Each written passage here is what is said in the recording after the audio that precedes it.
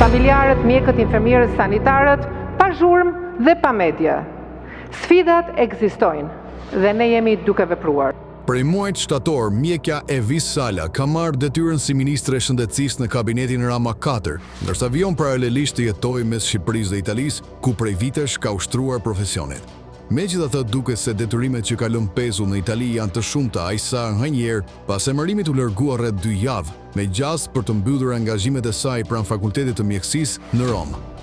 Me sa duket, as ky afat nuk ka mjaftuar. Prandaj ministre ka nisur të paraqesë udhëtimet e saj të shpeshta drejt Italisë si takime pune, të cilat i servirë si bashkëpunime ndërkombëtare për përmirësimin e shëndetësisë shqiptare.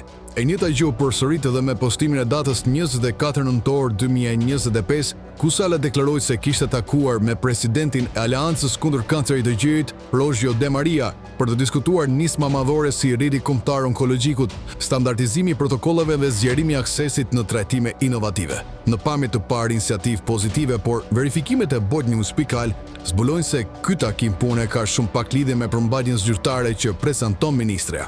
Sala dhe De Maria rrezikojnë të jenë kolegë të vjetër në Universitetin Katolik të Zemrës së Shenjtë në Rom, gjë që e konfirmon dhe Student Guidebook i Fakultetit të Mjekësisë, Gemelli.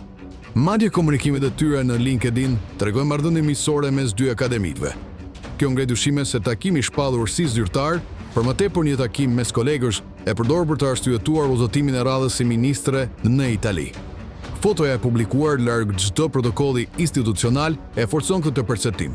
Pavarësisht kësaj, mbetet për të parë nëse këto lëvizje do të sjellin ndonjë rezultat real për pacientët shqiptar që përballen çdo ditë me mungesën e medikamenteve dhe vështirësitë në sistemin onkologjik.